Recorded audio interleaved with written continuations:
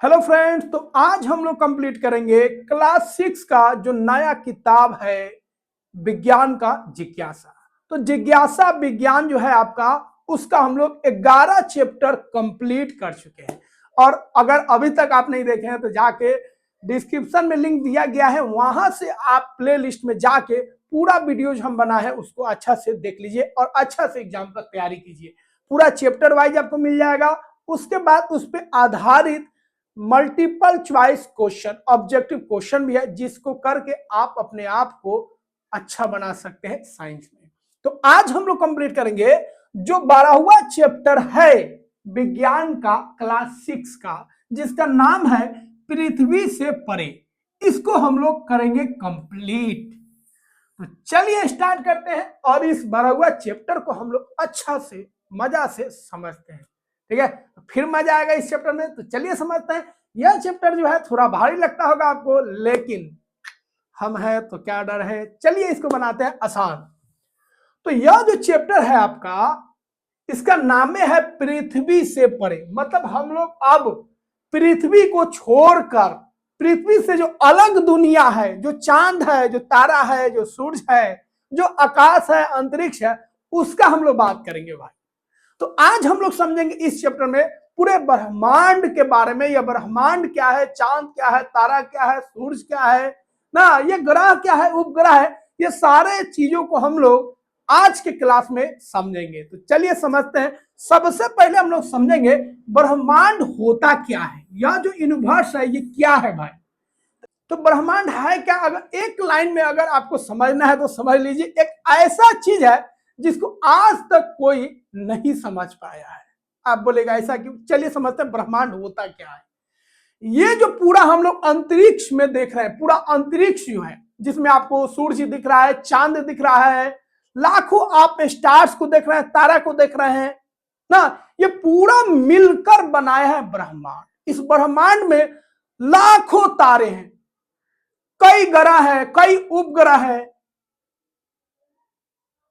बहुत बड़ा अंतरिक्ष है, और ये सब मिलकर क्या बनाया है? ब्रह्मांड। अब ब्रह्मांड का खास बात क्या है भैया? खास बात यह है कि वो जो दूर हम लोगों को तारा दिख रहा है, छोटा छोटा, वह जो है दुनिया से, जो हम लोगों का पृथ्वी है, उससे 1000 गुना, लाख गुना बड़ा है।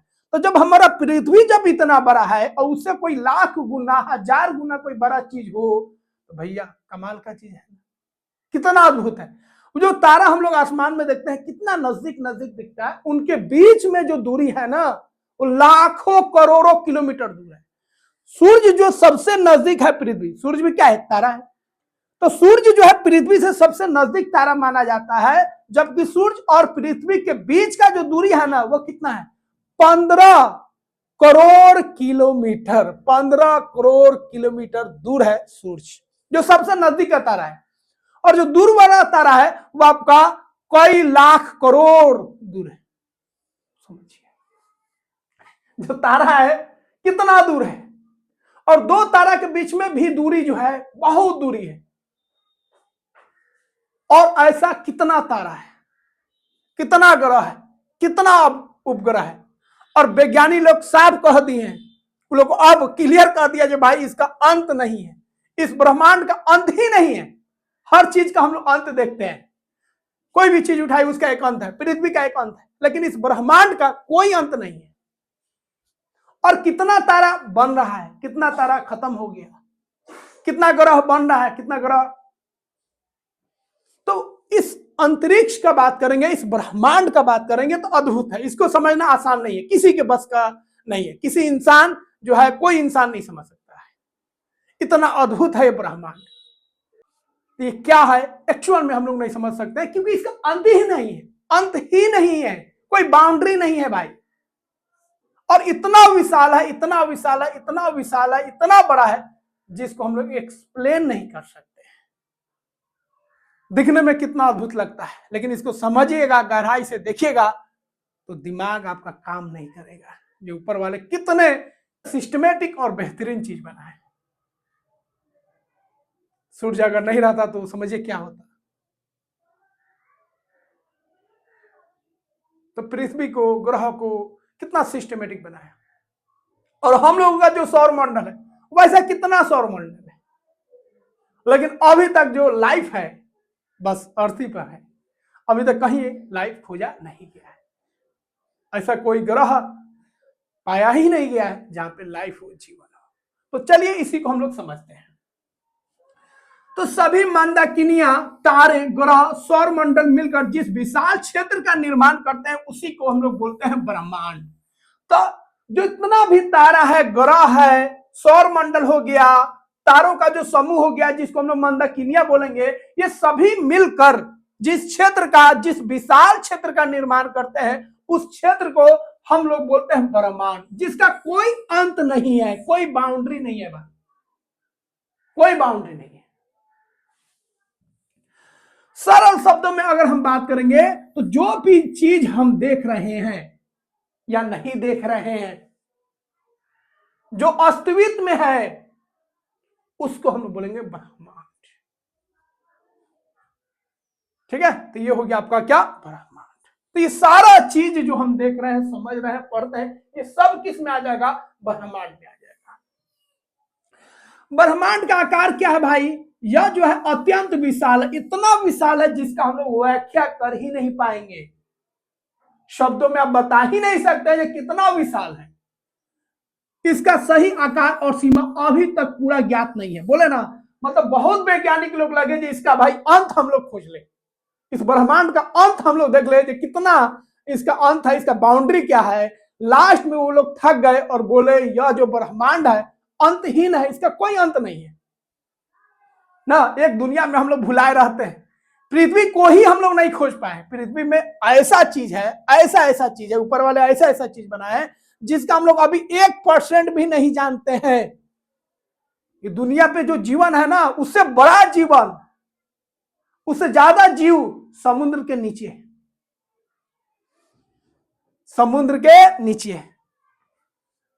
एक ही, मतलब दुनिया को अगर 4 हिस्सा में बांटेगा तो एक हिस्सा में ही हम लोग का जीवन है, जमीन है, बाकी 3 हिस्सा में पानी है, और उस पानी में जो जीवन है उसका छोटा सा जीवन पृथ्वी पे है, मतलब जमीन पे। समझिए कितना अद्भुत है। और उस समुद्र के नीचे इतना गहराई है, इतना गहराई, वहां पे जीवन है, वहां पे बहुत सारे जीव हैं, बहुत सारे पेड़ पौधा है, और इस दुनिया से अधिक वहां पे है। कितना अद्भुत है, कितना यूनिक है। तभी दुनिया को हम लोग अच्छा से नहीं समझ पाए, और हम लोग लगते हैं उद्भिदान एकदम बहुत ये कर लिए, वो कर लिए। ठीक है, और ये सौर मंडल जो है ना, अभी तक हम लोग 9 ग्रह मानते थे, फिर पता चला ये ग्रह नहीं है, 8 पे आ गए हम लोग। तो अभी पता करने में हम लोग का इतना समय लग गया, पता करने में, समझ लीजिए सिर्फ पता करने में, कोई चीज हम लोग बनाए नहीं है, सिर्फ पता कर रहे हैं। अब बोलेगा फैन बना लिए, ये बना लिए, वो बना लिए, ये सब हम लोग कैसे बनाए। सब जो चीज है, जो प्राकृतिक चीज है, बिना प्राकृतिक चीज का इस्तेमाल किए हुए कोई चीज हम लोग बना सकते हैं? नहीं बना सकते हैं कोई भी चीज। इस बोर्ड को बनाने में जो मटेरियल लगा है सब प्राकृतिक का ही देना है। तो जो प्राकृतिक चीज है, जो नेचुरल चीज है, उसके इस्तेमाल से हम कोई चीज नहीं बना सकते हैं। ईंट को बनाने के लिए मिट्टी चाहिए, मिट्टी हम नहीं बना सकते हैं। पानी को बनाने के लिए हाइड्रोजन ऑक्सीजन चाहिए, हाइड्रोजन ऑक्सीजन हम नहीं बना सकते हैं। फैन को बनाने के लिए या कोई भी चीज को बनाने के लिए लोहा का जहां इस्तेमाल होगा, ठीक है, तांबा का जहां इस्तेमाल होगा, कॉपर का जहां इस्तेमाल होगा, जिंक का जहां इस्तेमाल होगा, वो नहीं बना सकते हैं। मोबाइल को बनाने में जो भी सामग्री लगा है, जो भी चीज लगा है, वो हम नहीं बना सकते हैं। केवल हम चीजों को जो प्राकृतिक ने हमें दिया है उस चीज को सोट साट के, गला उला के, सोट साट के, उसको पिघला के एक नया रूप दे देते हैं। बस हम लोग खुद से, कोई भी विज्ञान याद रखिएगा, खुद से एक तिनका तक नहीं बना सकता है। खुद से हम लोग एक छोटा सा तिनका भी नहीं बना सकते। जो भी चीज हम लोग बनाते हैं वो प्राकृतिक जो संसाधन है, जो नेचुरल रिसोर्स है, उसी से हम लोग मिलाकर जुलाकर, उसको खोद खाद कर, निकाल कर, पिघला कर, गला कर, सोट साट के ही हम लोग उसका नया चीज बनाते हैं। मतलब केवल हम लोग असेंबल का काम करते हैं, उसको नया फॉर्म देने का काम करते हैं। मटेरियल को हम लोग नहीं बना सकते, याद रखिएगा। अभी तक हम लोग को औकात ही नहीं है एक नया चीज हम लोग बना दे। एक तिनका नहीं बना सकते। हाँ, जो नेचुरल चीज है, जो ऊपर वाले हम लोगों को दिए हैं, उसी को हम लोग नया रूप दे सकते हैं। लोहा निकालेंगे, लोहा को काट छाट के अलग अलग उसका रूप दे सकते हैं, उसका हम लोग स्टील बना सकते हैं, स्टील का अलग अलग यूज कर सकते हैं, लेकिन आयरन नहीं बना सकते, हाइड्रोजन नहीं बना सकते। हाँ, हाइड्रोजन कैसे, कोई रिएक्शन करा है, हाइड्रोजन निकला, तो ये हाइड्रोजन थोड़े बनाए भाई, रिएक्शन करा है, वो रिएक्शन नहीं कराएंगे। रिएक्शन कैसे कराएगा, फिर उसमें नेचुरल रिसोर्स आएगा, प्राकृतिक संसाधन का इस्तेमाल करेंगे। तो बिना प्राकृतिक का संसाधन का इस्तेमाल किए हुए कुछ नहीं बना सकते। तो इसलिए घबराई नहीं, ये दुनिया में भैया ना अद्भुत चीज हम लोग देख लेते हैं, घबरा जाते हैं। दुनिया बहुत बड़ी है, ये जो ब्रह्मांड है इसका कोई अंत नहीं, और क्या है, कैसे है, क्यों है, कब तक ही है, किसी को अता पता नहीं। थोड़ा समय हम लोग उछलने लगते हैं ना, चांद पर पहुंच गए, यहां पहुंच गए फिर पता चलता है भाई दुनिया जो है ना, ये जो ब्रह्मांड है बहुत बड़ा है, क्या है, इसका कोई अंत नहीं है। चलिए, वैज्ञानिकों के अनुसार ब्रह्मांड लगातार फैल रहा है, ये भी देख लीजिए सच्चाई। अब ब्रह्मांड जो है इतना विशाल है और अभी तक रुका नहीं है, इसका अंत नहीं है और रुका नहीं, ये और फैल रहा है और फैल रहा है। भैया हर चीज का अंत होता है, लेकिन इसका कोई अंत नहीं है।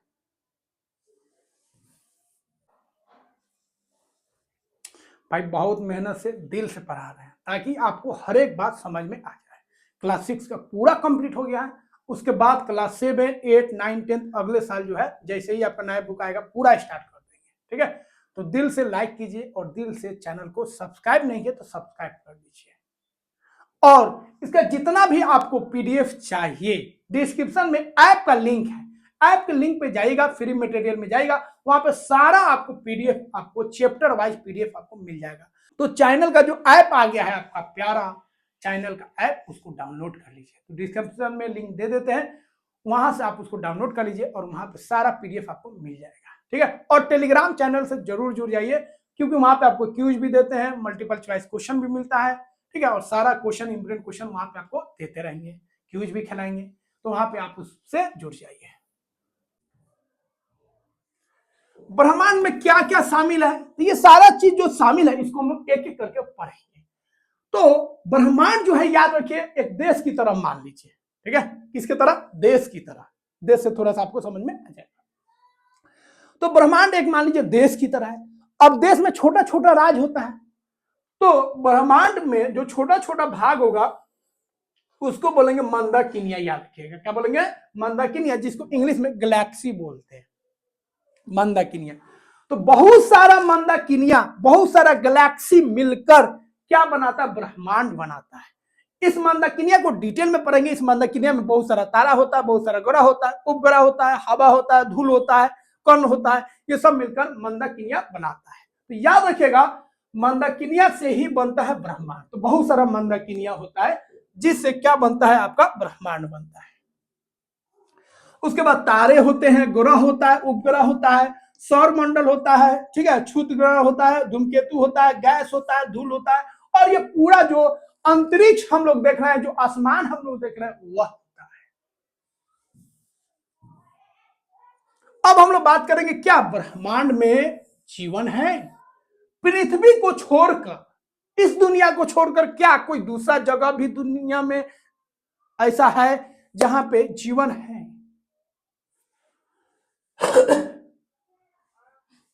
तो पृथ्वी को अगर हम छोड़ दे भैया, तो उसके अलावा और कहीं पे जीवन है तो नहीं। अभी तक कोई ऐसा जगह नहीं खोजा गया है जहां पे लाइफ है, जहां पे जीवन है, पृथ्वी को छोड़ के, अर्थ को छोड़कर। खोज जारी है, कुछ भी हो सकता है, नहीं भी हो सकता है, ठीक है। तो याद रखिएगा वैज्ञानिकों ने हमारी आकाश गंगा में कई ऐसे ग्रह खोजे हैं जो अपने अपने तारों की परिक्रमा कर रहे हैं। बहुत सारा ग्रह खोजे गए जो अपने अपने तारा का क्या कर रहा है, चक्कर लगा रहा है। अब तक पृथ्वी के अलावा कहीं पे जीवन का प्रमाण नहीं मिला है। अभी तक कोई ऐसा ग्रह, कोई ऐसा खगोलीय पिंड नहीं है जहां पे जीवन है।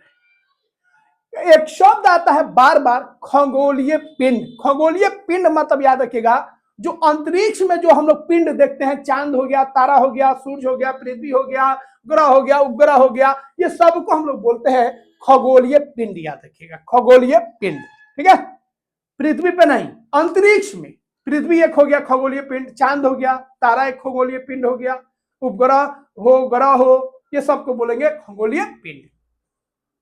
तो कोई ऐसा अभी तक खगोलीय पिंड नहीं है जिस पे जीवन है। फिर भी वैज्ञानिक जो है लगातार कोशिश कर रहे हैं और अन्य ग्रहों पर जीवन की खोज करने में लगे हैं। भैया कोई ऐसा जगह मिल जाए जहां पे लाइफ संभव हो सकता है ना। और लाइफ संभव के लिए भैया इतना आसान चीज थोड़े है, केवल और हवा पानी रहता, बाकी चीज नहीं रहता तो हम लोग का जीवन आसान होता क्या? नहीं होता। हवा चाहिए, पानी चाहिए, खाना चाहिए, तो अनिवार्य है। उसके अलावा जो सिस्टमेटिक यहाँ पे चीज मिल रहा है, सूर्य एक निश्चित दूरी पर है, ज्यादा गर्मी नहीं है, ज्यादा ठंडा नहीं, हर सुविधा मिल रहा है, खेती हो रहा है, साग सब्जी मिल रहा है ना, सारा चीज मिल रहा है, लोहा लक्कर लकड़ी सब चीज मिल रहा है। जो चीज हम लोगों को चाहिए उससे कई हजार गुना, लाख गुना चीज ऊपर वाले हम लोग को दे दी है। बस तुम खोजते रहो, खोजते रहो, सारा चीज है, खोजो भाई खोजो। हम लोग खोजने में लगे हैं।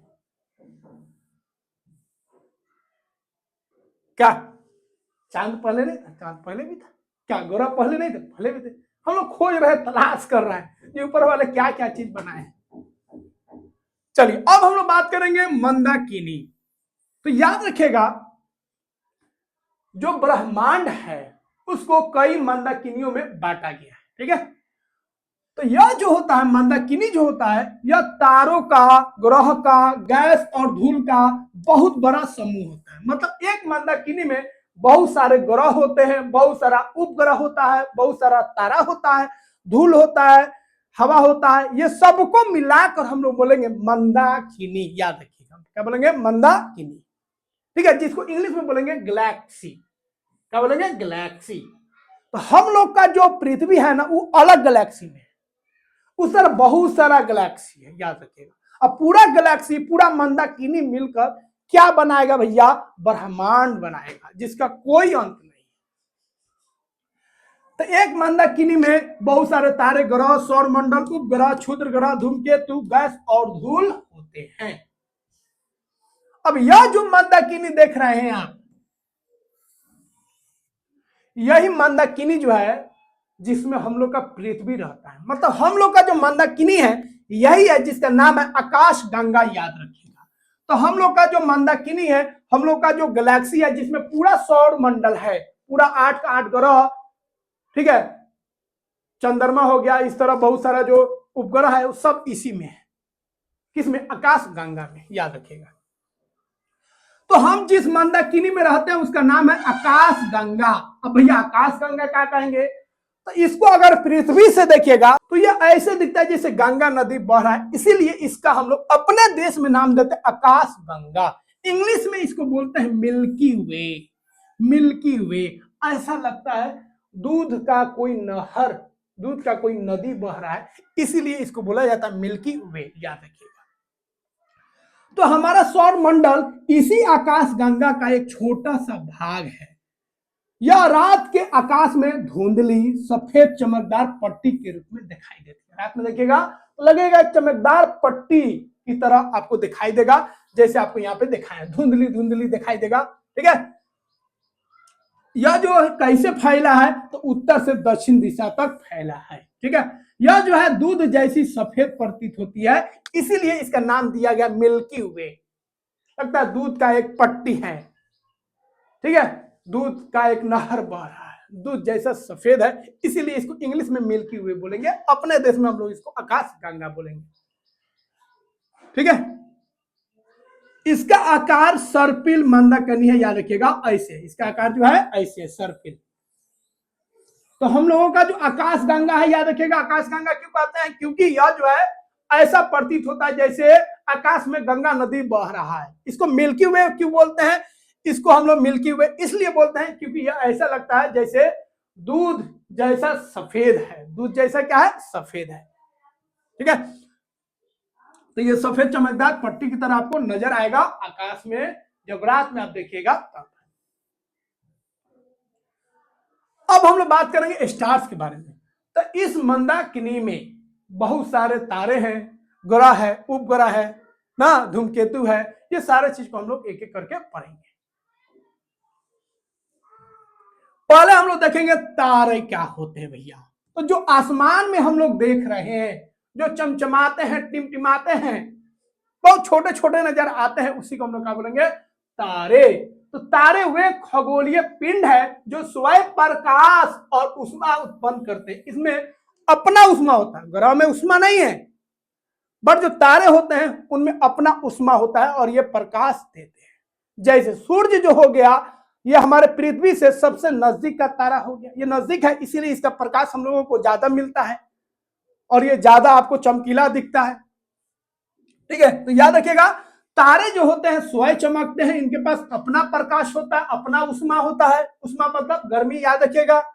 कुछ तारे अधिक चमकीले होते हैं, कुछ कम चमकीले होते हैं। जब आसमान में हम लोग नजर उठाते हैं भैया, तो हजारों तारे, आपको लाखों तारे दिखते हैं ना। बचपन में हम लोग बोलते थे कि भैया तारा गिन लो, तारा गिनने का तो तुम बाजी जीत जाएगा ना। इतने तारे थे भैया जी, एक और नजर गिराओ तो हजारों तारे आपको दिखेंगे। कुछ ऐसे तारे जो ज्यादा चमक था, ज्यादा चमकीले थे, कुछ ऐसे तारे थे जिनमें चमक कम था। अब वो तारे कितने पास पास दिख रहे थे। अब फिर बाद में विज्ञान कहता नहीं ये तारे पास दिख रहे हैं, लेकिन इनके बीच का जो दूरी है लाखों करोड़ों किलोमीटर दूर है। ये जो छोटे छोटे तारे दिख रहे हैं ये छोटे नहीं है, दुनिया से लाख गुना, हजार गुना बड़े हैं। तब दिमाग काम करना बंद कर दिया भाई। ये जो ब्रह्मांड है वाकई अद्भुत है, जिसका व्याख्या हम लोग नहीं कर सकते, जिसका कोई अंत नहीं है। ये क्या है किसी को पता नहीं है। तो तारे हमसे बहुत दूर होते हैं इसलिए छोटे दिखाई देते हैं। तारे वास्तव में गति करते हैं, ये भी महत्वपूर्ण चीज है, याद रखिएगा। जैसे ग्रह हम लोग का गति करता है वैसे तारे भी गति करते हैं। तो तारे अपने गैलेक्सी में, अपने मंदाकिनी में क्या करते हैं भैया, वो अपने मंदाकिनी में जिस गैलेक्सी में रहते हैं वहां पे वो गति करते हैं। इसका मतलब सूर्य भी फिक्स नहीं है, सूर्य भी गति कर रहा है। सूर्य भी अपने मंदाकिनी में, अपने राज में गति कर रहा है।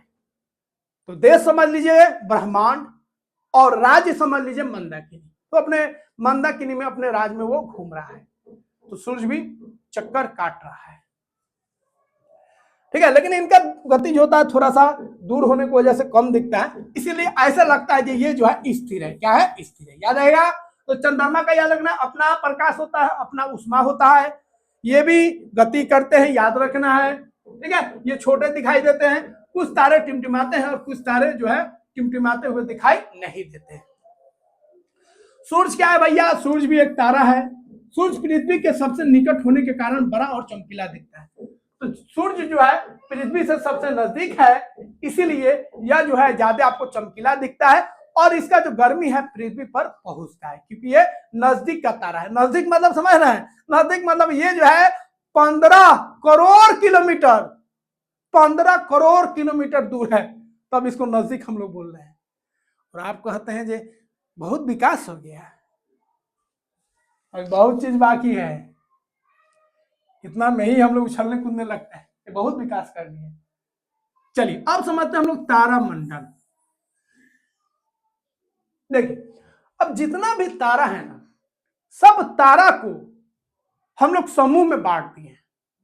तो पूरा जो आपका ब्रह्मांड है उसको हम लोग 88 याद रखिएगा, 88 तारा मंडल में हम लोग बांट दिए। 88, ताकि चीजों को समझना हमारे लिए क्या हो जाए, आसान हो जाए। कोई चीज को हम लोग इसलिए बांटते हैं ताकि उसका अध्ययन हमारे लिए आसान हो जाए, उसके गुण को हम लोग अच्छा से समझ सके। तो पूरा जो ब्रह्मांड है भैया, हो सकता है कुछ साल बाद ही बढ़ जाए, कुछ भी हो सकता है। तो पूरे ब्रह्मांड को हम लोग 88 तारा मंडल में बांटे।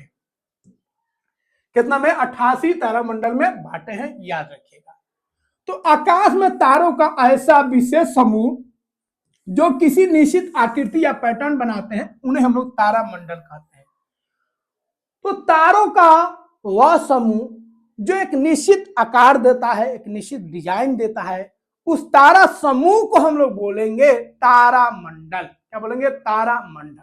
तो आसमान में आप देखिएगा ना, तो कभी लगेगा शिकारी की तरह, कुछ तारा को मिलाएगा तो लगेगा शिकारी की तरह है, कुछ तारा को मिलाएगा तो लगेगा ये कुत्ता जैसा है, कुछ शिकारी को मिलाएगा तो लगेगा बैल जैसा है।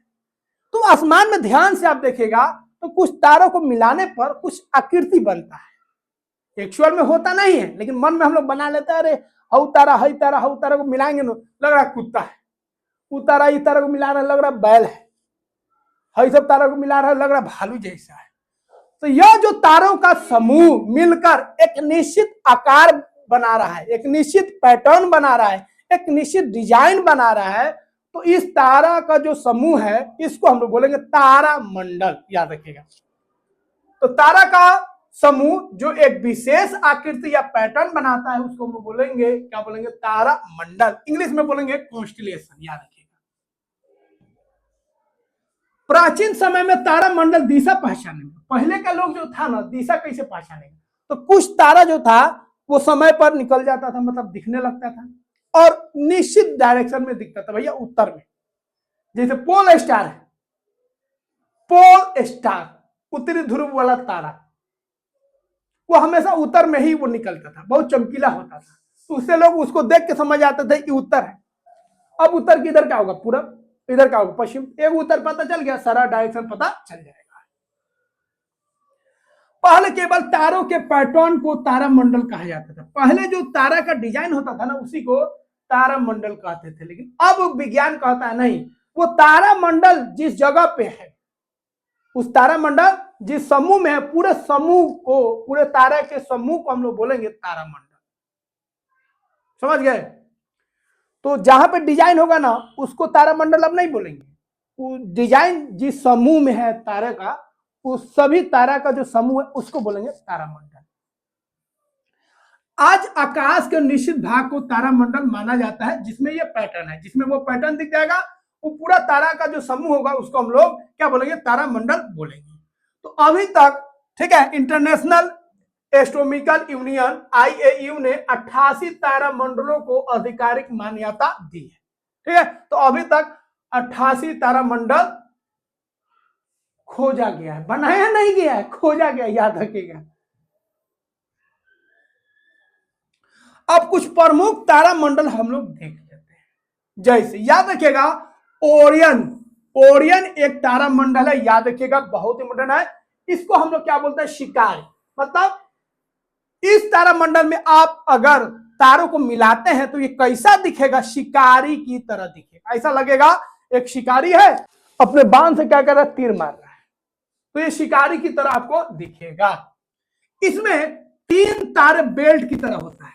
3 तारे मतलब कमर पे जैसे हम लोग का बेल्ट लगाते हैं ना, तो वैसे लगेगा इस शिकारी का जो बेल्ट है ना, जो कमर वाला हिस्सा है, वहां पे 3 तारा होगा जो बेल्ट की तरह होगा।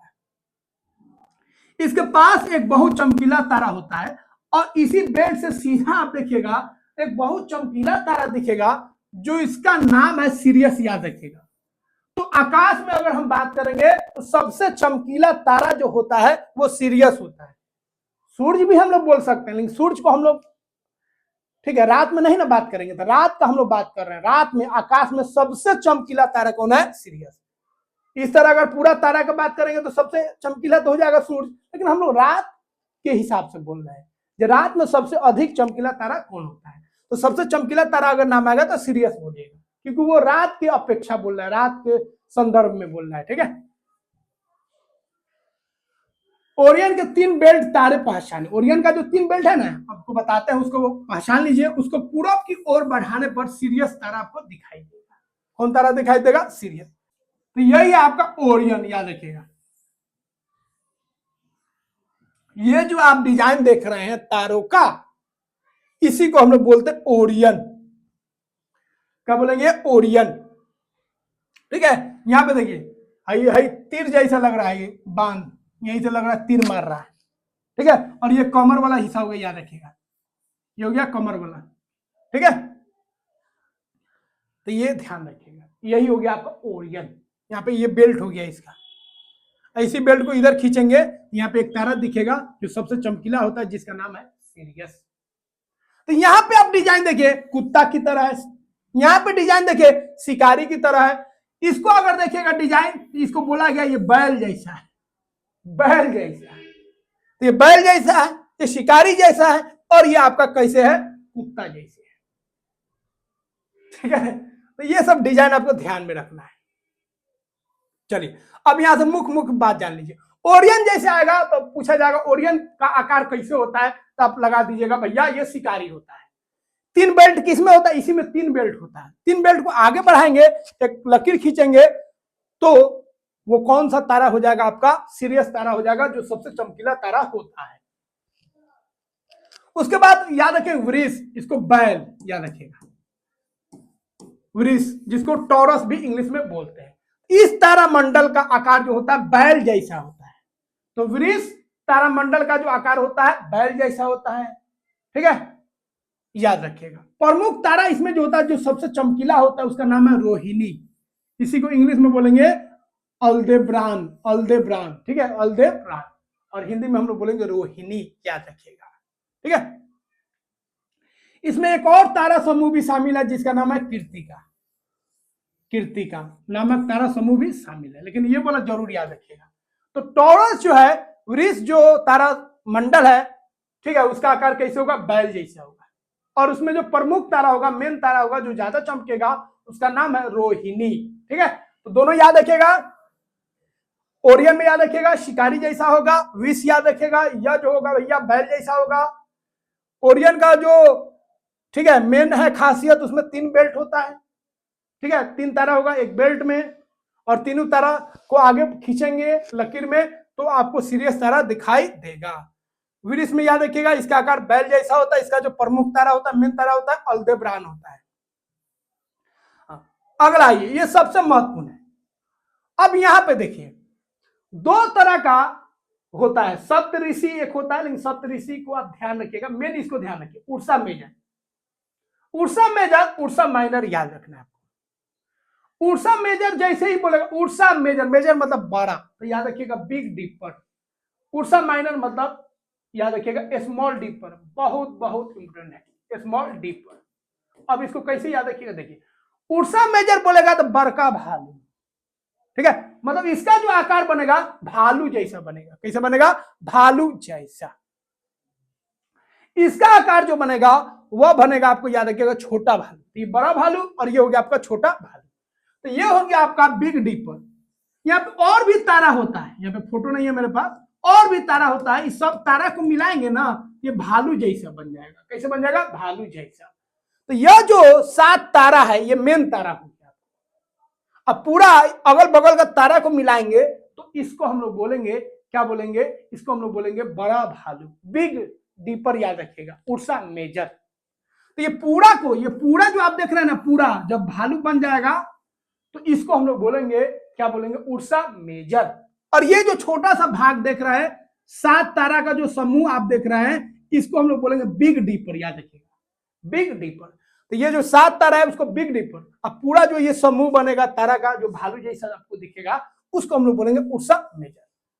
उसी तरह नीचे एक दिया है, इसी का उल्टा है, देखिए यही है, उल्टा है, तो इसको हम लोग बोलेंगे लिटिल डीपर। और इसे जो भालू बनेगा वो नीचे की तरफ मुंह होगा, उसको हम लोग बोलेंगे उर्सा माइनर। उर्सा मेजर बड़ा भालू, उर्सा माइनर छोटका भालू। भालू के अंदर जो 7 ये जो तारा है उसका जो समूह है उसको बोलेंगे बिग डीपर, और जो छोटका होगा उसको बोलेंगे लिटिल डीपर। तो बिग डीपर में याद रखिएगा, यह जो बिग डीपर है किसका हिस्सा है, ये पूछा जाता है, ये बिग डीपर जो है किसका हिस्सा है, तो बोलिएगा उर्सा मेजर का हिस्सा है। किसका हिस्सा है, उर्सा मेजर का एक हिस्सा है। इसमें 7 तारा जो होता है मेन होता है, इसी 7 तारा को मिलाकर हम लोग बिग डीपर बोलते हैं। ठीक है, इसी को अपने यहां अपने भाषा में हम लोग इसको सप्तऋषि बोलते हैं। ठीक है, सप्तऋषि मंडल याद रखिएगा, सप्तऋषि मंडल भी बोलते हैं हम लोग। इसमें कैसा होगा भैया, तो कहा जाता है 4 तारा जो है, ये 4 तारा जो है आपको चरपाई जैसा दिख रहा है। ये जो है चोर है, ऐसा लग रहा है इस चारपाई को लेके भाग रहे हैं। तो 4 तारा चारपाई जैसे दिखता है और ये जो आपको 3 तारा है ये चोर जैसा दिखता है। ठीक है, तो 4 तारे चारपाई और 3 तारे चोर जैसे माने जाते हैं। सप्तर्षि याद रखिएगा। ठीक है, तो सप्तर्षि तारा किसको बोलेंगे? उर्सा मेजर को याद रखिए, उर्सा माइनर को नहीं, उर्सा मेजर को, बड़का भालू। तो उर्सा मेजर जो है बड़का भालू, उसी को हम लोग बोलते हैं सप्तर्षि। और ये जो 7 तारा का समूह है इसी को बोलेंगे हम लोग, क्या बोलेंगे? लिटिल दीपर।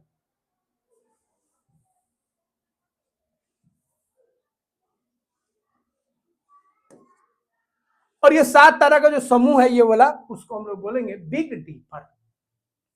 अब आ जाइए उर्सा माइनर। उर्सा माइनर का भाग हो जाएगा लिटिल दीपर। तो याद रखिएगा, लिटिल दीपर जो भाग होगा वो उर्सा माइनर का होगा।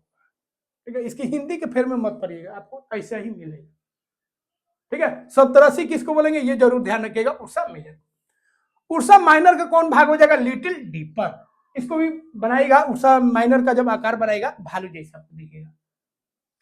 ठीक है, और ये 7 तारा का जो समूह है उसको बोलेंगे लिटिल दीपर।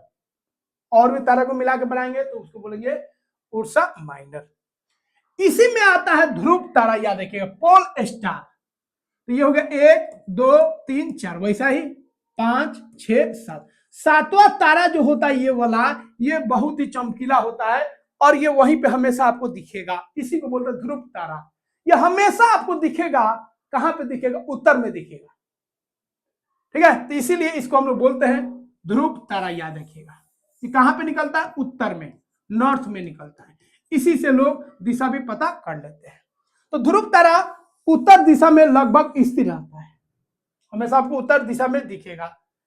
इसे हम लोग दिशा को पता करते हैं। ठीक है, इससे हम लोगों को दिशा पता चल जाता है।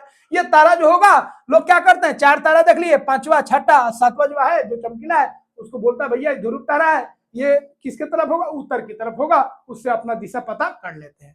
तो यहाँ पे महत्वपूर्ण चीज क्या याद रखना है? सबसे महत्वपूर्ण चीज है जो ध्रुव तारा जो होता है ये किसका भाग होता है? तो उर्सा माइनर आ जाए उस पर टिक मार दीजिए, या लिटिल दीपर आ जाए उस पर टिक मार दीजिए। ठीक है, तो लिटिल दीपर भाग होता है उर्सा मेजर का, छोटका जो भालू है। तो छोटका भालू का भाग कौन होता है? याद रखिएगा, लिटिल दीपर। और लिटिल दीपर जो 7 तारा का समूह है उसी में का 7वां जो तारा है वो आपका ध्रुव तारा ही, याद रखिएगा। तो याद रखिएगा, सप्तऋषि उर्सा मेजर, ध्रुव तारा तो लिटिल दीपर या उर्सा माइनर। सप्तऋषि की सहायता से ध्रुव तारा पहचान सकते हैं। तो ये जो सप्तऋषि आप देख रहे हैं ना, ये सप्तऋषि, ये सप्तऋषि वाला ये वाला जो है, सप्तऋषि वाला ये वाला जो है आपका बिग दीपर का, इसी को सीधा मिलाइएगा तो ये सीधा कहां से चल जाएगा? ये आपका चल जाएगा ध्रुव तारा से। तो गर्मी के दिन में 9 बजे रात को आसमान में देखिए, सप्तऋषि मंडल को पहचान लीजिए। सप्तऋषि का अंतिम जो तारा है ना उसको सीधा खींचिएगा तो आपको कहां से गुजरेगा? ध्रुव तारा से गुजरेगा, जैसे आपको यहां पे बताए। तो ये बहुत महत्वपूर्ण है, याद रखना है। बिग दीपर उर्सा मेजर का हिस्सा है जिसको सप्तऋषि मंडल बोलते हैं। लिटिल दीपर जो है आपका उर्सा माइनर का हिस्सा है जिसको ध्रुव कहते हैं, याद रखिएगा। तो यहाँ पे आपका तारा मंडल ये है, उसका डिजाइन एक ये है। यहाँ पे तारा मंडल उर्सा माइनर है, उसका डिजाइन है। तो पूरा तारा का जो समूह है डिजाइन को लिए हुए, याद रखिएगा, पूरा जो तारा का समूह है जिसमें डिजाइन भी है, केवल डिजाइन को नहीं, डिजाइन भी तारा का समूह है, उसको बोलेंगे तारा मंडल। केवल डिजाइन को आप नहीं बोलते हैं, डिजाइन वाला जो पूरा भाग होता है जिसमें डिजाइन भी है उसको बोलेंगे तारा मंडल। तो ब्रह्मांड क्या होता है हम लोग समझ गए, मंदाकिनी क्या होता है हम लोग समझ गए, तारा मंडल क्या होता है हम लोग समझ गए। अब हम लोग बात करेंगे जो हमारा सौर मंडल है। ठीक है, तो हमारा जो सौर मंडल है, सौर मंडल होता क्या है भाई? तो सूर्य और वे सभी खगोलीय पिंड जो सूर्य के चारों ओर परिक्रमा करते हैं, तो वह पिंड, वह खगोलीय पिंड जो सूर्य के चारों तरफ घूमता है, उसके पूरे समूह को, पूरे परिवार को हम लोग बोलते हैं सौर परिवार बोलिए तब, या सौर मंडल बोलिए तब। तो सौर परिवार या सौर मंडल का मतलब हो गया वो सारे पिंडों का समूह, वो सारे पिंडों का परिवार जो सूरज के चारों तरफ चक्कर लगाता है। ठीक है, चलिए, तो इसमें भैया सौर मंडल में कौन कौन शामिल होगा? सूर्य हो गया, ग्रह हो गया, उपग्रह हो गया, क्षुद्र ग्रह हो गया, धूमकेतु हो गया, वामन ग्रह हो गया, ये सब के सब आपके किस में आएंगे? सौर मंडल के परिवार के ये हिस्से हैं, सौर मंडल के ये सदस्य हैं। तो चलिए एक एक करके इनको भी हम लोग समझ लेते हैं। इसी को तो हम लोग बार बार पढ़ते भी हैं कि हम लोग का पृथ्वी जो है इसी सौर मंडल का क्या है? हिस्सा है। सबसे पहले हम लोग समझते हैं सूर्य के बारे में। भैया सूर्य जो है एक तारा है, हम लोग जान गए, यह सौर मंडल का केंद्र है। मतलब सौर मंडल जो है आपका, उसके बीच में कौन रहेगा? मतलब हम लोग का बॉस कौन है? सूर्य। इसी सूर्य के चारों तरफ ग्रह भी चक्कर काटेगा, उपग्रह भी चक्कर काटेगा, जितना भी क्षुद्र ग्रह है वो भी चक्कर काटेगा। मतलब जितना भी खगोलीय पिंड है इसी के चारों तरफ घूमेंगे, क्योंकि यह जो है सौर मंडल का बॉस है। और ऐसा सौर मंडल बहुत सारा है। हम लोग का सौर मंडल में 8 ग्रह है। यह पृथ्वी का सबसे निकट का तारा होता है। ठीक है, तो पृथ्वी का सबसे निकट का तारा क्या हो गया? सूर्य हो गया। सूर्य के बिना पृथ्वी पर भैया जीवन संभव नहीं है, ये तो जानते ही हैं। सूर्य के मुख्य तत्व क्या है भैया? सूर्य जो है अत्यंत गर्म और गैसीय गोला ही, याद रखिएगा। तो जितना भी तारा है ना, उसमें आप याद रखिएगा, तारा जो होता है उसमें चट्टान नहीं है, उसमें गैस का गोला है, गैस है, धूल है। तो वो चट्टान नहीं है, जो तारा होता है याद रखिएगा चट्टान नहीं है। तो सूर्य जो है अत्यंत बहुत अधिक गर्म गैस का गोला है, उसमें बहुत सारा गैस है। और इसमें गैस कौन कौन होता है याद रखिएगा? हाइड्रोजन और हीलियम, याद रखिएगा। हाइड्रोजन और हीलियम 2 गैस होता है। सूर्य में कौन गैस होता है? 2 गैस होता है, हाइड्रोजन और हीलियम, याद रखिएगा। यह हमें उष्मा और प्रकाश देता है। पृथ्वी से सूर्य की जो औसत दूरी है 15 करोड़ किलोमीटर, बताए थे ना, 15 करोड़ किलोमीटर। तो जो पृथ्वी से सूर्य का दूरी है भैया कम नहीं है, बहुत बहुत बहुत बहुत अधिक है, 15 करोड़ किलोमीटर। और 15 करोड़ किलोमीटर का जो दूरी होता है उसको हम लोग बोलते हैं एक खगोलीय इकाई। क्या बोलेंगे? एक खगोलीय इकाई, याद रखिएगा, ये जीके में पूछा जाता है। एक खगोलीय इकाई का मतलब सूर्य और पृथ्वी के बीच में, सूर्य और पृथ्वी के बीच में जो दूरी है उसी को बोलेंगे एक खगोलीय इकाई। कितना के बराबर होता है? 15 करोड़ किलोमीटर के बराबर होता है। उसके बाद याद रखिएगा, सूर्य जो है पृथ्वी से लगभग 100 गुना बड़ा है, 100 गुना बड़ा है। इतना नजदीक है सूर्य, फिर भी इतना नजदीक नहीं है, मतलब बाकी तारा के मुकाबले जो है सूर्य जो है बहुत नजदीक है, फिर भी ये 100 गुना बड़ा है। बहुत तारा ऐसा है जो 1000 गुना बड़ा है, बहुत सारा तारा ऐसा है जो पृथ्वी से लाखों गुना बड़ा है। सूर्य की अन्य तारों से तुलना, सूर्य हमें बड़ा और अधिक चमकीला दिखता है क्योंकि वह सबसे नजदीक है पृथ्वी के। अन्य तारे बहुत दूर होते हैं इसलिए छोटे चमकते हैं, ठीक है, बिंदु जैसे दिखते हैं। कई तारे आकार में सूर्य से भी बड़े होते हैं। दिन में सूर्य के तेज प्रकाश के कारण अन्य तारे दिखाई नहीं देते। अब दिन में तारा दिखेगा नहीं, कि नहीं ये दिन में चल गया सोने सोने नहीं गया भाई, गायब नहीं हुआ है, तारा जहां पर है वहीं पे है। लेकिन सूर्य के रोशनी के कारण इतना रोशनी होता है ये तारा को हम लोग देख नहीं पाते हैं ना। अब दिन में आप टॉर्च जलाइए, बाहर दिखेगा कुछ? नहीं दिखेगा। टॉर्च दिखेगा? नहीं दिखेगा। तो सूर्य के रोशनी के सामने तारों का जो रोशनी होता है काफी दूर होते हैं, उनका जो रंग होता है, उनका जो रोशनी होता है फीका पड़ जाता है, दिखाई नहीं देता है।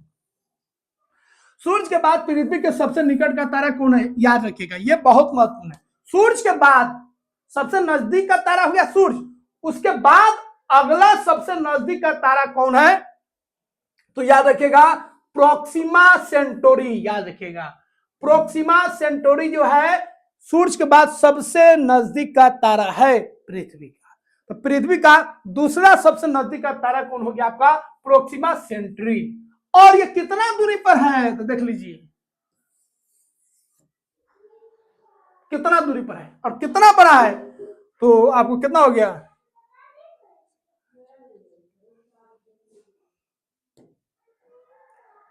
2.5 लाख गुना बड़ा है भाई, लगभग 2.5 लाख गुना बड़ा। पृथ्वी से 100 गुना बड़ा सूर्य, और पृथ्वी से 2.5 लाख गुना जो बड़ा है वो क्या है? यह आपका तारा है प्रोक्सिमा सेंटोरी, याद रखिएगा। अब हम लोग बात करें ग्रह। तो ग्रह वह खगोलीय पिंड होता है जो सूर्य की परिक्रमा करता है। हाँ, सूर्य की परिक्रमा करता है। तो जितने भी ग्रह होते हैं, कितना ग्रह है? 8 ग्रह है। ये सभी ग्रह सूर्य के चारों तरफ घूमते हैं। इनका 2 गति होता है, एक सूर्य के चारों तरफ घूमते हैं और एक अपने चारों तरफ घूमते हैं। तो सूर्य के चारों तरफ घूमेगा तो उसको बोलेंगे परिक्रमा। क्या बोलेंगे? परिक्रमा। और उस गति को बोलेंगे परिक्रमण गति। तो सूर्य के चारों तरफ घूमेगा तो उसको बोलेंगे परिक्रमा कर रहा है, और अपने चारों तरफ घूमेगा तो उसको बोलेंगे घूर्णन कर रहा है। ऐसे ऐसे करेगा शक्तिमान की तरह तो क्या बोलेंगे? घूर्णन। क्या बोलेंगे? घूर्णन। और ऐसे ऐसे करेगा, ऐसे ऐसे ऐसे करेगा तो इसको बोलेंगे परिक्रमण। क्या बोलेंगे? परिक्रमण। तो जितना भी आप देख रहे हैं ग्रह, वो 2 तरह का गति कर रहा है, एक सूर्य के चारों तरफ और एक अपने चारों तरफ। हमको भी घूर्मी लग रहा है, ठीक है। तो सूर्य के चारों तरफ करेगा उसको परिक्रमण गति, और अपने चारों तरफ करेगा, अपने पर घूमेगा, अपने धुरी पर घूमेगा, अपने अक्ष पर घूमेगा, तो उसको हम लोग बोलेंगे, क्या बोलेंगे? घूर्णन गति। तो पृथ्वी का अगर हम बात करेंगे भैया, तो इसको एक परिक्रमा करने में, मतलब सूर्य के चारों तरफ घूमने में 1 वर्ष लगता है। 1 वर्ष मतलब 365 दिन 6 घंटा। याद रखिएगा, 365 दिन 6 घंटा। और 1 दिन घूमने में अपने अक्ष पर, अपने धुरी पर 1 दिन घूमने में कितना समय लगता है? 24 घंटा, मतलब 1 दिन। ठीक है। तो ग्रह स्वयं प्रकाश नहीं देते, याद रखिएगा। जो भी ग्रह होता है या उपग्रह होता है उसका अपना रोशनी नहीं होता है, सूरज के कारण ही वो चमकता है, सूरज का रोशनी उस पर पड़ता है। इसीलिए हम लोगों को जो पृथ्वी होता है या कोई ग्रह होता है दूर से आपको चमकीला दिखेगा, सूरज के कारण, सूरज के रोशनी के कारण। वे सूरज के प्रकाश को परिवर्तित करते हैं, सूरज का रोशनी उस पर जाएगा और वापस आएगा तो हम लोगों को लगेगा वो ग्रह चमक रहा है। उस ग्रह का अपना चमक नहीं होता है, अपना रोशनी नहीं होता है।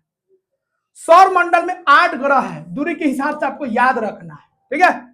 सबसे नजदीक में कौन है? बुध। बुध के बाद शुक्र, पृथ्वी, मंगल, बृहस्पति, शनि, यूरेनस, वरुण। ठीक है। यूरेनस को हिंदी में क्या बोलेंगे? अरुण। याद रखिए, अरुण छोटे का भाई और वरुण बड़का भाई। याद रखिए, इंग्लिश में भी याद रखिएगा, मोस्ट इंपोर्टेंट इंग्लिश वाला भी आपको ध्यान में रखना है, ठीक है। चलिए, अब ग्रहों के प्रकार।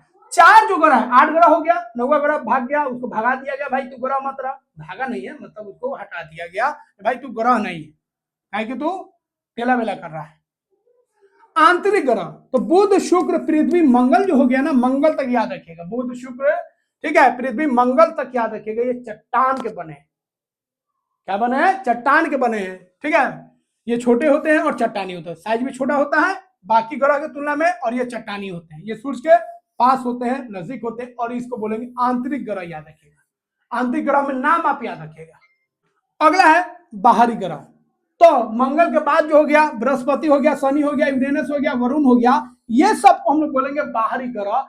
यह जो बाहरी ग्रह है इसमें आपको चट्टान नहीं मिलेगा, गैस का गोला है। गैस का क्या है? गोला है। ये बड़े होते हैं और गैस के गोले होते हैं, ठीक है। इनके चारों ओर जो होता है रिंग पाई जाती है, ऐसी से रिंग। ये रिंग नहीं होता है, रिंग मतलब हाई वाला रिंग नहीं। तो यह सब जो ग्रह है उसके चारों तरफ धूल का पूरा एक पट्टी घूमते रहता है, उसी को हम लोग वलय बोलते हैं। धूल का एक पट्टी होता है, ठीक है। अब ग्रह से संबंधित आपको कुछ खास बात क्या है? शुक्र के बारे में याद रखिएगा। शुक्र को बोला जाता है भोर का तारा और संध्या का तारा, मतलब भोर और शाम का तारा कौन कहलाता है? शुक्र कहलाता है, याद रखिएगा। क्योंकि भोर में जो होता है ये पूर्व दिशा में उगेगा, सूर्योदय से पहले, सूर्य उगने से पहले, और शाम में देखिएगा तो ये पश्चिम दिशा में आपको दिखेगा। कब? जब सूर्य डूब जाएगा, तब सूर्यास्त के बाद। इसीलिए इसको बोला जाता है भोर और शाम का तारा, ठीक है। तो यह भोर का तारा, संध्या का तारा कहलाता है। यह सबसे अधिक गर्म ग्रह, याद रखिएगा। सबसे नजदीक है आपका मरकरी, बुध, लेकिन सबसे गर्म कौन है? गर्म सबसे आपका शुक्र, याद रखिएगा।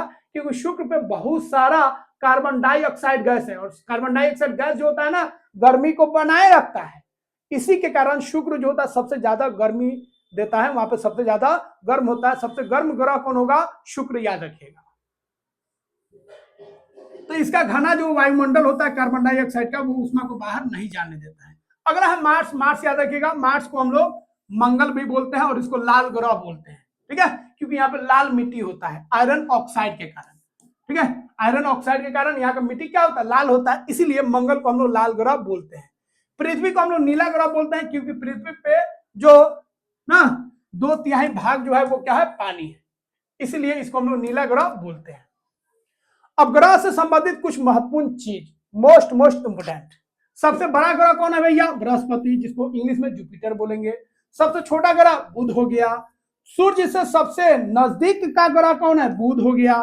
सूर्य से सबसे दूर ग्रह कौन हो गया, वरुण हो गया ना। अरुण छोटका, वरुण बड़का, याद रखिएगा, वरुण दूर चल जाएगा। सबसे गर्म ग्रह कौन है भैया, शुक्र, ठीक है। सबसे ठंडा ग्रह कौन है, जो सबसे ठंडा ग्रह जो सबसे दूर हो, दूर कौन है, वरुण, याद रखिएगा। कोई अरुण लिख देता, अरुण नहीं होगा, वरुण। अरुण में एक ऐसा जगह है जिसपे बहुत ज्यादा ठंडा होता है, एक जगह, लेकिन पूरा पे वैसा ठंडा नहीं होता है, इसलिए किसका नाम है, वरुण। लेकिन वरुण से भी अधिक ठंडा एक जगह होता है, अरुण में, याद रखिएगा। तो एक जगह का बात नहीं कर रहा, पूरा ग्रह का बात कर रहा है। पृथ्वी का वहन जो होता है ना, पृथ्वी का जुड़वा वहन किसको बोला जाता है, शुक्र, याद रखिएगा। सबसे अधिक उपग्रह वाला ग्रह कौन है, कौन ऐसा ग्रह है जिसपे सबसे अधिक उपग्रह है, तो याद रखिएगा बृहस्पति, जिसको इंग्लिश में जुपिटर बोलते हैं। इंग्लिश वाला नाम भी ध्यान रखिएगा ताकि कंफ्यूजन आपको नहीं हो, कहीं कहीं इंग्लिश वर्ड ही रहता है। तो सभी ग्रह को किससे ऊर्जा मिलता है, सौर मंडल में जितने भी ग्रह है, उपग्रह है, सभी को ऊर्जा मिलता है सूर्य से, ठीक है। सूर्य से दूरी बढ़ने पर ग्रह जो होते हैं ठंडे हो जाते हैं। वामन ग्रह याद रखिएगा, बहुत इंपोर्टेंट है। प्लूटो को पहले माना जाता था ग्रह, पहले के परिभाषा से प्लूटो को माना जाता था ग्रह, लेकिन अब जो है उसको ग्रह नहीं माना जाता है। तो प्लूटो जो है आकार में चंद्रमा से भी छोटा होता है। 2006 में इसको ग्रह का जो श्रेणी था उससे इसको बाहर कर दिया गया, भाई ये तू ग्रह के लायक नहीं है, ग्रह का जो नियम है उसको पालन तू नहीं करता है, ठीक है। इसलिए ग्रह यह जो है प्लूटो, उसको बोला गया भाई तू ग्रह नहीं रहेगा, तू वामन ग्रह रहेगा, बौना ग्रह, याद रखिएगा। इसको क्या बोला जाता है, बौना ग्रह, वामन ग्रह मतलब बौना ग्रह, तू ग्रह के लायक नहीं है, क्योंकि यह ग्रह के परिभाषा जो है उसका पालन नहीं करता है। अब हम लोग बात करेंगे उपग्रह। तो सूर्य के चारों तरफ पृथ्वी घूम रहा है। अब पृथ्वी के चारों तरफ कौन घूमता है, चंद्रमा घूमता है, याद रखिएगा। तो चंद्रमा भी दो तरह का घूर्णन करता है, मतलब दो तरह का वो घुमाव करता है। एक हो गया अपने अक्ष पर, तो पृथ्वी जैसे अपने अक्ष पर घूमती है, सूर्य के चारों तरफ घूमती है, उसी तरह चंद्रमा भी अपने अक्ष पर घूमता है और पृथ्वी के चारों तरफ घूमता है। तो चंद्रमा जब पृथ्वी के चारों तरफ घूमेगा तो परिक्रमण कर रहा है, और अपने चारों तरफ घूमेगा शक्तिमान की तरह, तो उसको क्या बोलेंगे, घूर्णन बोलेंगे। तो चांद जो है एक ग्रह की तरह, पृथ्वी की तरह, वो भी दो गति कर रहा है, घूर्णन गति और परिक्रमण गति। अब देखिए खास बात क्या है भाई, तो पृथ्वी जो है वह घूर्णन गति करता है, अपने चारों तरफ घूमता है 24 घंटा में, और सूर्य के चारों तरफ घूमता है 365 दिन में। लेकिन चंद्रमा में खास बात क्या है, चंद्रमा जो होता है ना, जो चांद मामू, हम लोग चांदा मामा बोलते हैं प्यार से, वह जो होता है वो पृथ्वी के चारों तरफ घूमे तब या अपने चारों तरफ घूमे तब, मतलब वह घूर्णन गति करे तब या परिक्रमण गति करे तब, दोनों में उसका समय समान लगता है, दोनों में बराबर समय लगता है। खास बात यही है, और उसका समय लगता है 27.3 दिन, 27.3 दिन, याद रखिएगा। मतलब वह पृथ्वी के चारों तरफ घूमे तो उतना ही समय, और अपने चारों तरफ घूमे तो उतना ही समय। कितना समय, 27.3 दिन लगता है उसको घूमने में। इसी के कारण मतलब जो चांद है भैया, उसका परिक्रमण समय और घूर्णन समय दोनों बराबर हो गया। इसीलिए चांद का केवल एक ही भाग हम लोग हमेशा पृथ्वी के तरफ पाते हैं, मतलब पृथ्वी से हम लोग चांद का एक ही भाग देख पाएंगे। चांद का जो पीछे वाला भाग है, दूसरा भाग है, उसको हम लोग कभी भी पृथ्वी से नहीं देख सकते हैं, याद रखिएगा, ठीक है। तो उपग्रह वे खगोलीय पिंड होते हैं जो किसी ग्रह के चारों ओर परिक्रमा करते हैं। उपग्रह दो प्रकार के होते हैं भैया, एक जो हम लोग भेजे हैं, एक जो ऊपर वाले बनाए हैं। तो ऊपर वाले जो ग्रह बनाए हैं, जो पृथ्वी के या किसी ग्रह के चारों ओर चक्कर काट रहा है, उसको प्राकृतिक बोलेंगे। और जो हम लोग भेजे हैं ताकि मोबाइल चले, इंटरनेट चले, बहुत सारा काम हो, दुनिया के बारे में जानकारी मिले, उसको बोलेंगे कृत्रिम उपग्रह, कृत्रिम उपग्रह, आर्टिफिशियल सैटेलाइट। और एक हो जाएगा आपका नेचुरल सैटेलाइट। सैटेलाइट मतलब उपग्रह। पृथ्वी का एकमात्र प्राकृतिक उपग्रह चंद्रमा, एक ही ऊपर वाले बना है भैया, एक ही को झेल लो बहुत है। और बाकी जो ग्रह है उसमें एक से अधिक उपग्रह है। सबसे अधिक किसमें है भैया?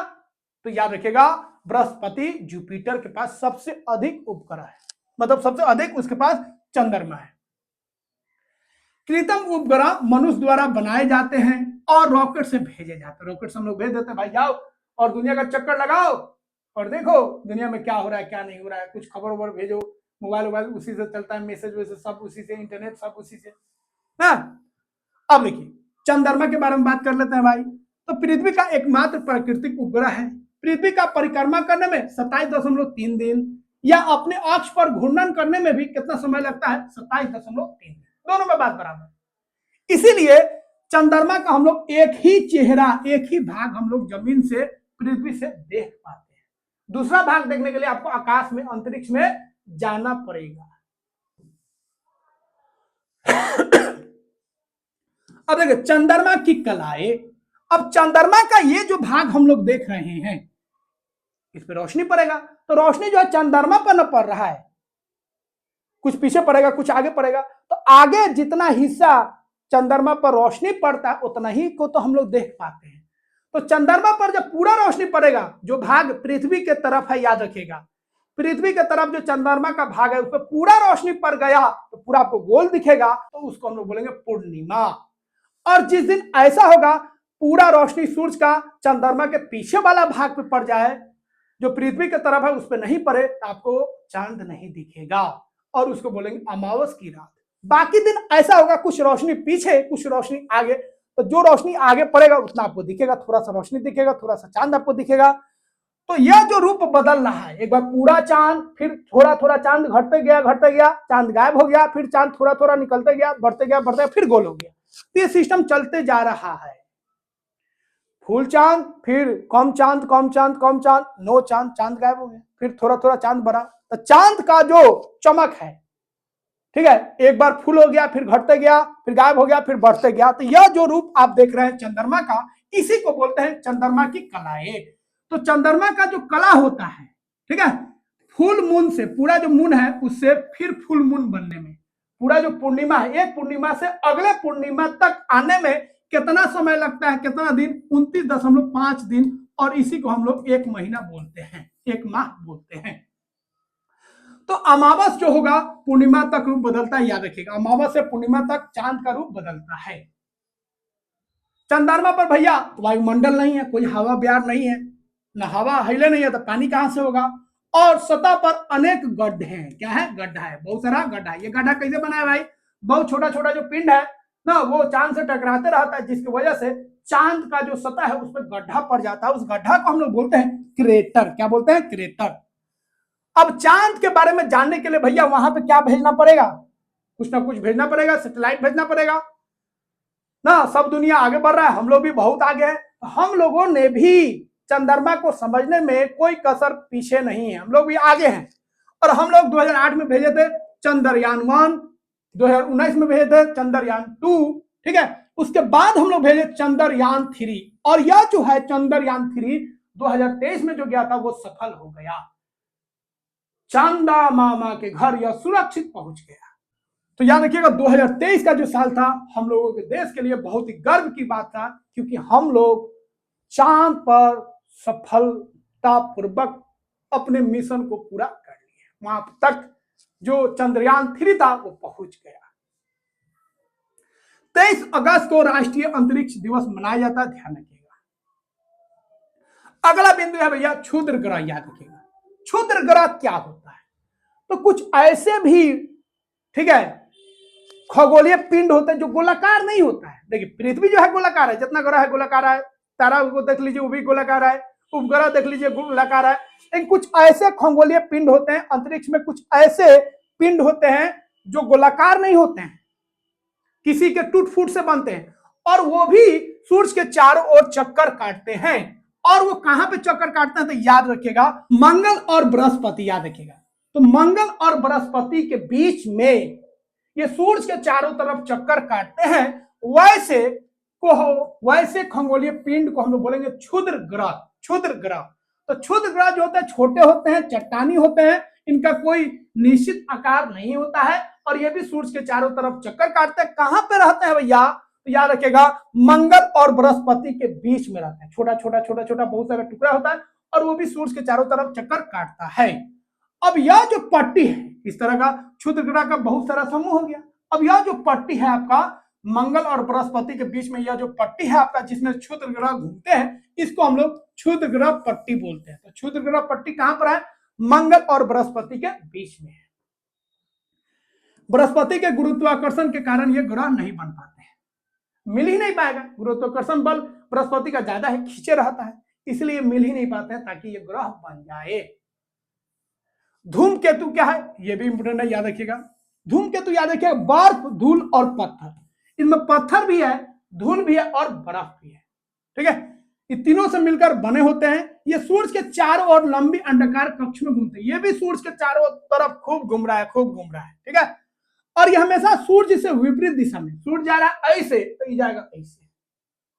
ठीक है, तो सूर्य का हमेशा विपरीत दिशा में यह चलते हैं। एक धूमकेतु है जिसका नाम है हैली, याद रखिएगा।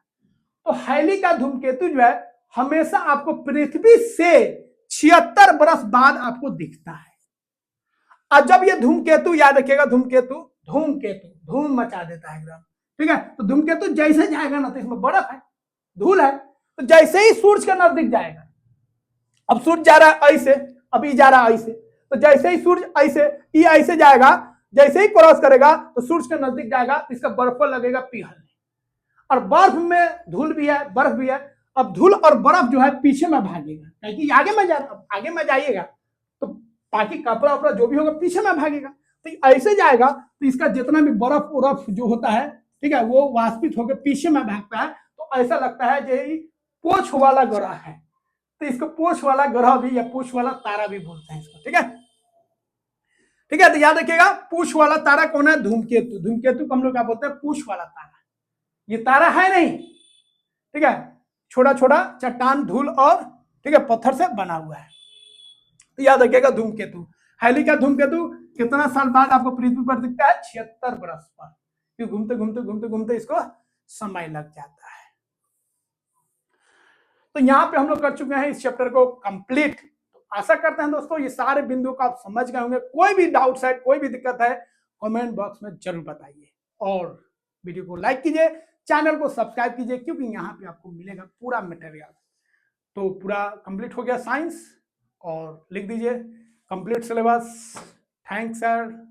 तो पूरा आपका सिलेबस हो गया कंप्लीट। अब हम लोग एक चैप्टर और बाकी है सामाजिक विज्ञान का, उसको भी हम लोग कंप्लीट कर लेंगे। तो मिलते हैं दोस्तों अगले वीडियो में। जय हिंद।